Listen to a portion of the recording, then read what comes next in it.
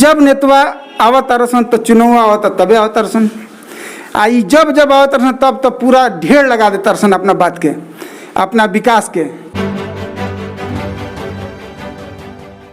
प्रत्याशी, हमको किसी प्रत्याशी से कोई एतराज नहीं, कोई दिक्कत नहीं। हम चुनाव लड़ना चाहते हैं, न कि प्रत्याशी से लड़ना चाहते हैं। लेकिन एक बात आपसे कहना चाहूँगा, सिर्फ एक बात, कि मेरा विकास, हमारा विकास हमारी ईमानदारी होगी, हमारा विकास हमारी जनता का समस्या होगा, हमारा विकास जनता के बीच में जा करके उसके बराबर बैठना, उसके बराबर उठना होगा। हमारा विकास जनता के हर पल बदलने वाले समस्याओं को दूर करना होगा। हम अपना विकास जनता के गोद में रखेंगे और जनता के सोच में रखेंगे। नमस्कार। बिहार विधानसभा चुनाव की तिथि ऐलान होने से पहले ही आज सिवान एक्सप्रेस की टीम पहुंची बड़हरिया विधानसभा। यहां के स्थानीय निवासी डॉक्टर एवं भावी प्रत्याशी अशरफ अली से तीखा सवाल पूछा गया और हर सवाल का बेबाक तरीके से जवाब दिए डॉक्टर अशरफ अली। देखिए ये मेरा पूरा रिपोर्ट। आप देख रहे हैं सिवान एक्सप्रेस ऑनलाइन। लाल बटन दबाकर हमारे चैनल को सब्सक्राइब जरूर करें। हर वीडियो को सबसे पहले देखने के लिए बेल आइकन यानी कि घंटे को जरूर दबाएं। स्वागत है आपके सिवान एक्सप्रेस ऑनलाइन में और आप देख रहे हैं सिवान एक्सप्रेस ऑनलाइन। मैं हूं आपके साथ मिस्टर यूनुस। आज मैं ऐसे शख्स के पास पहुंचा हूं जिन्होंने बड़हरिया में सोशल साइट के माध्यम से राजनीतिक में दस्तक दे चुके हैं। जी हाँ, मैं बात कर रहा हूँ बड़हरिया में फ्री में पहली बार इलाज करने वाले गरीब हॉस्पिटल के स्थापक MBBS डॉक्टर अशरफ अली जी साहब। चलिए इनसे कुछ खास बातचीत करता हूँ। डॉक्टर साहब, सबसे पहले तो आपका स्वागत है मेरे सिवान एक्सप्रेस ऑनलाइन में। पहले डॉक्टर का फर्ज निभाते हुए कुछ दर्शकों को बताया, लॉकडाउन में कुछ छूट मिली है, कैसे अपनों से दूर और किस किस चीज़ से बचाव करना है? सबसे पहले तो मैं सभी जनता का स्वागत करता हूं और इस बात के लिए हम सबको शुभ मंगल कामना करता हूं कि हम लोग कोरोना पे जीत हासिल किए हैं। हमारे बीच कोरोना उतनी रफ्तार से नहीं आया जिस रफ्तार से आना था। सरकार ने इस पर बहुत सारी कोशिशें की रोकने के लिए, सरकार ने कुछ किया भी, लेकिन सरकार अपने सब दायित्वों को निभाते निभाते बहुत ही ज़्यादा विफलता की तरफ चली गई है। जैसे माना जाता है ये, या देखा जा रहा है कि सरकार ने जो कुछ भी किया इसमें पूरी की पूरी तरह हमारे समझ से विफल है, ताकि वो कोरोना पे कवरेज कर पाए और कोरोना से बचाए, जनता को इससे मुक्ति दें। अब जनता को सरकार ने मुक्ति तो नहीं दिया, लेकिन हम सब जनताओं के बीच में इस बात का भय भी है और ये बात लगी हुई है कि हमारे इर्द गिर्द चारों तरफ कोरोना है।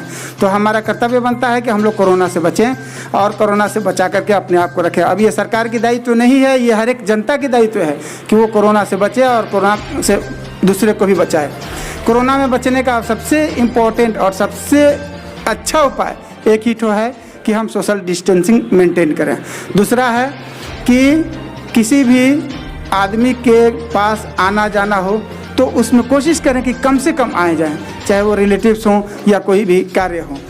तीसरी बात यह है कि हम जो है सरकार के द्वारा दिए गए निर्देश हो या अपना हो, कि सब लोग इस बात का ध्यान में रख लें कि मास्क लगाना ज़रूरी है। सभी लोग मास्क के साथ ही रहने की कोशिश करें।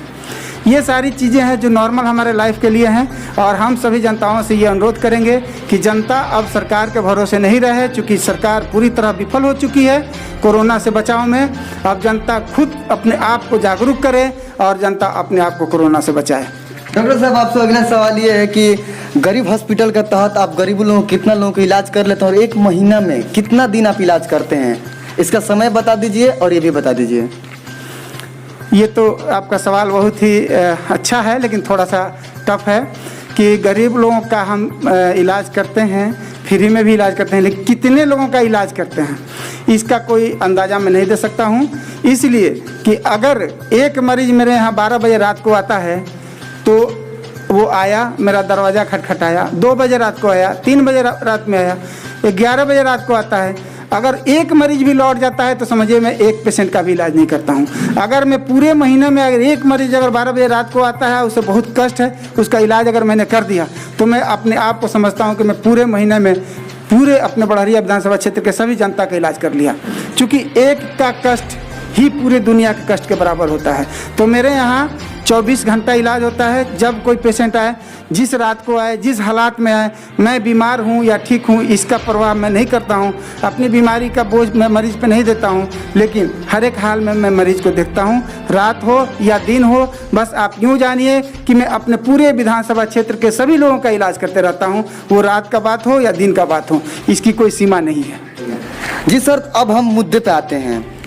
बढ़हरिया के राजनीतिक पर सोशल साइट के माध्यम से धमकदार एंट्री किए हैं। राजनीतिक में तो आप बढ़हरिया के जनता से बताएं, राजनीतिक पार्टी की विचारधारा आपको पसंद है और किस विचारधारा राजनीतिक पार्टी को आप आगे बढ़ाना चाहते हैं? हम तो पसंद करने वाली बात नहीं है कि मैं किस राजनीतिक पार्टी से हूँ।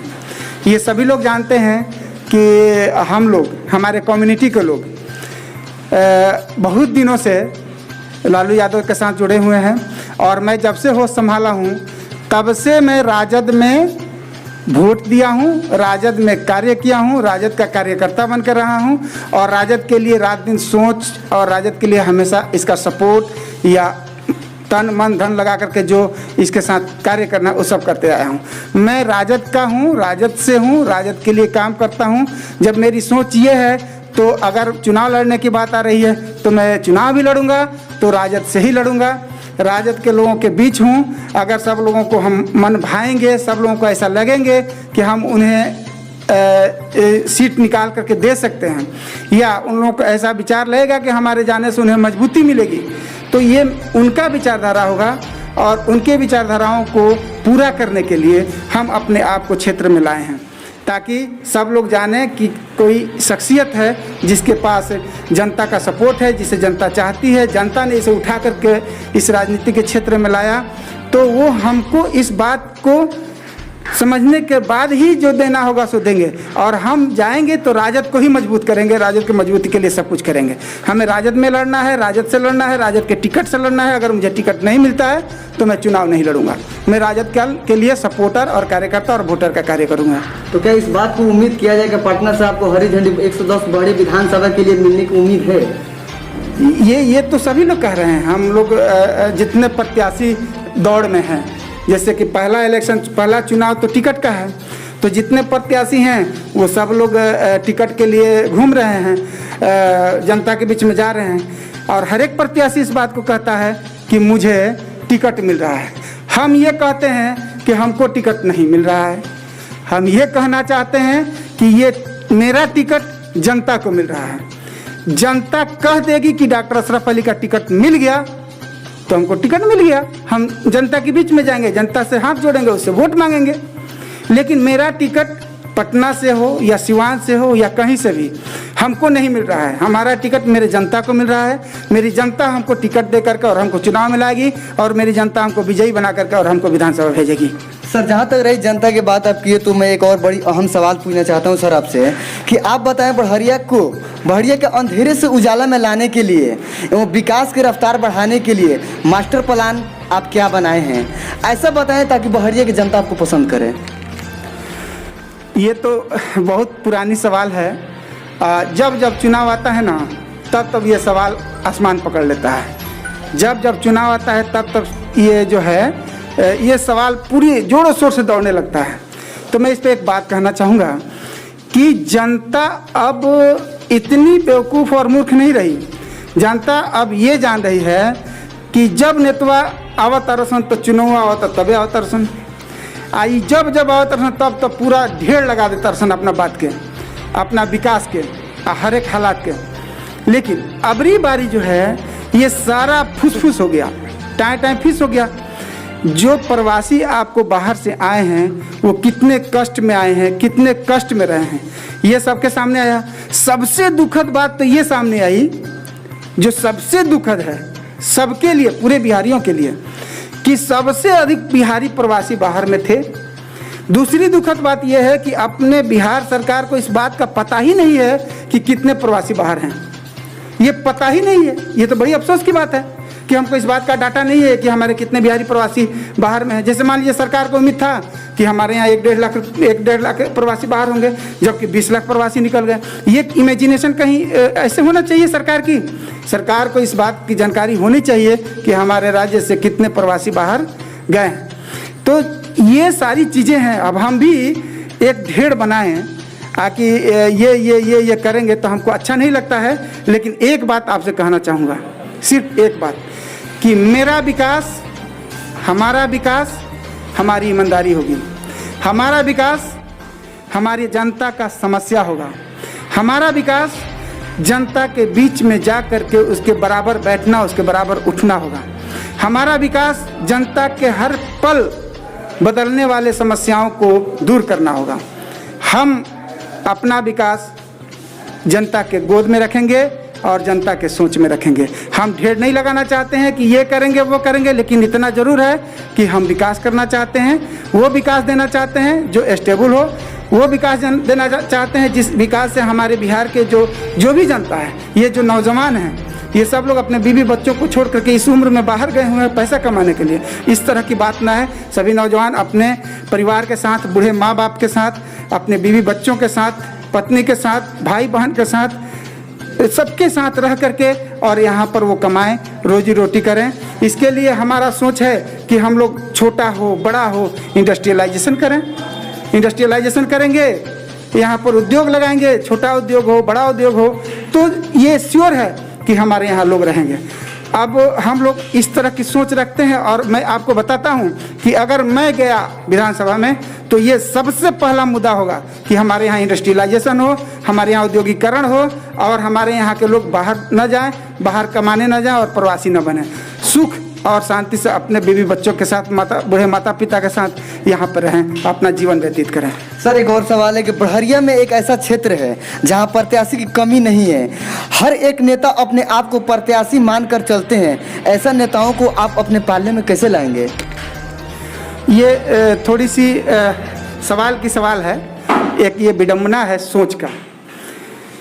हर एक आदमी प्रत्याशी है ये हम नहीं कह सकते हैं, क्योंकि हर एक आदमी स्वतंत्र है। वो प्रत्याशी है तो किसी जनता का जनप्रतिनिधित्व कर रहा है तो प्रत्याशी है। एक पिता है वो भी प्रत्याशी है क्योंकि वो परिवार का प्रतिनिधित्व करता है। तो इस तरह से ये स्वतंत्रता है, आज़ादी है।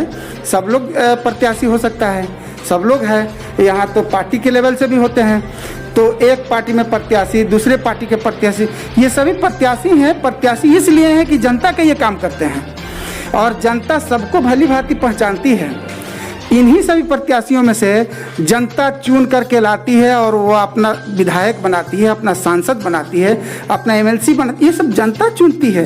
प्रत्याशी सब लोग हैं। प्रत्याशी इसलिए हैं कि वो अपने जनता का प्रतिनिधित्व करते हैं। जनता की प्रतिनिधित्व और उसकी सेवा कौन दिल से करता है, ईमानदारी से करता है, जनता इस बात को अच्छी तरह से जानती है।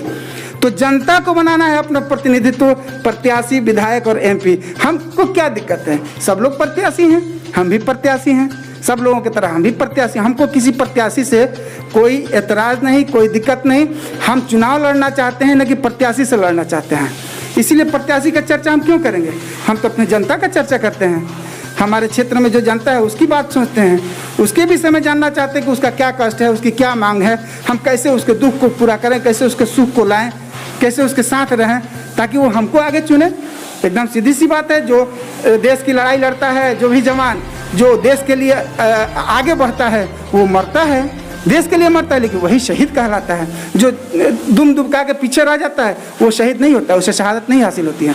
तो मैं जनता के बीच में जाऊंगा, आगे जाऊंगा, मैं इस रेस को आगे बढ़ाऊंगा ताकि जनता मुझे पसंद करे, जनता हमको प्रत्याशी माने, जनता हमको वोट दे, जनता हमको विधायक बनाए। ऐसे तो सब लोग प्रत्याशी हैं। सर, आखिरी सवाल आपसे ये है कि आप अपना सोशल साइट खुद देखते हैं या कोई और देखता है? आपको सोशल साइट के माध्यम से कैसा रिस्पॉन्स मिल रहा है आपको? मैं सोशल साइट खुद भी देखता हूँ। थोड़ा कम बेश समय नहीं रहता है तो दूसरे लोग देखता है, समय की व्यस्तता है।